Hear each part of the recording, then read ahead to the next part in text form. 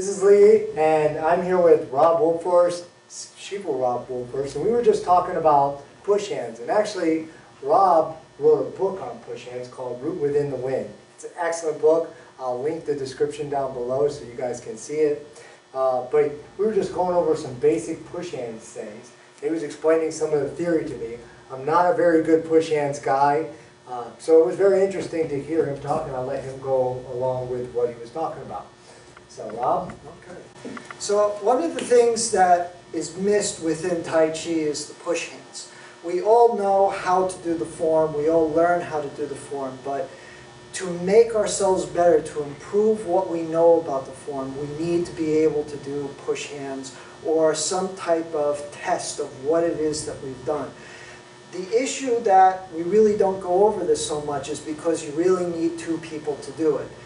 I can practice the form at home, I can add fudging into it, I can do a number of things like stance work and doing it lower, and strength training, but without someone there with me to test how I'm doing the movements or how secure I am in my stances, it really just becomes difficult to gauge how well and how good your Tai Chi actually is.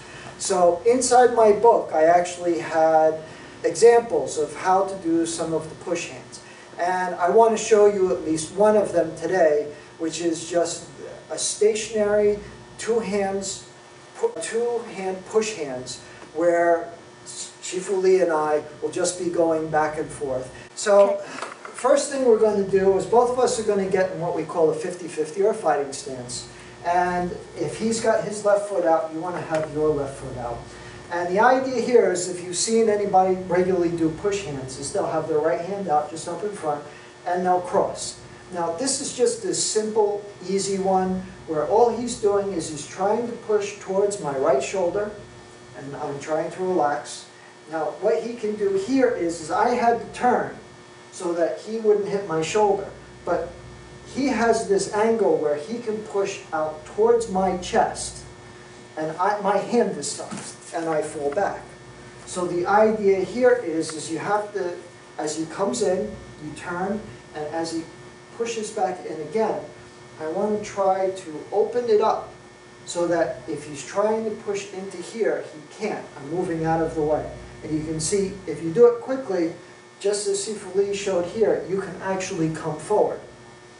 A better example of doing this exercise is with two hands, because now you're getting more of the idea of how the pushing actually works.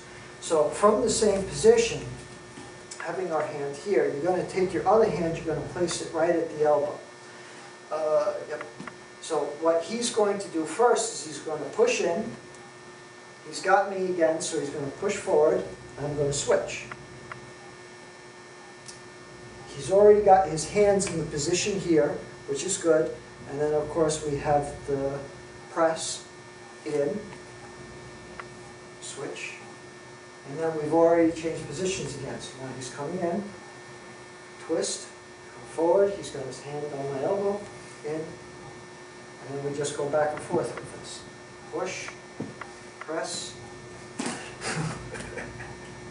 Told you I wasn't that good.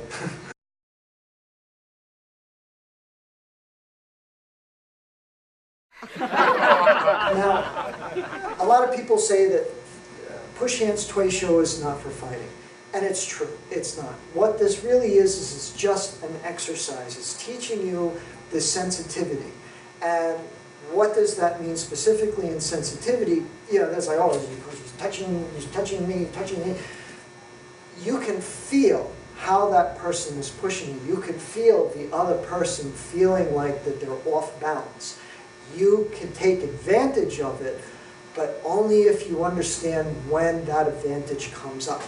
The next step with this would be live action, right? Meaning that when we're doing this push hands right here, and we're pushing against each other, I know he's going to push me, I know which direction he's going to push me, and I just have to try to deflect that and then answer back with a push, and he knows exactly what I'm going to do. So this starts to make you think, after a while, if we did this drill, I would get better and I'd stop getting thrown so much. But it would start to make me think that I had some sort of powers when it came to martial arts, meaning that I would start to think I'm good. And this is very dangerous because this is just a drill. A lot of problems with martial arts drills is that they never get to the live action part. They never get to actual application.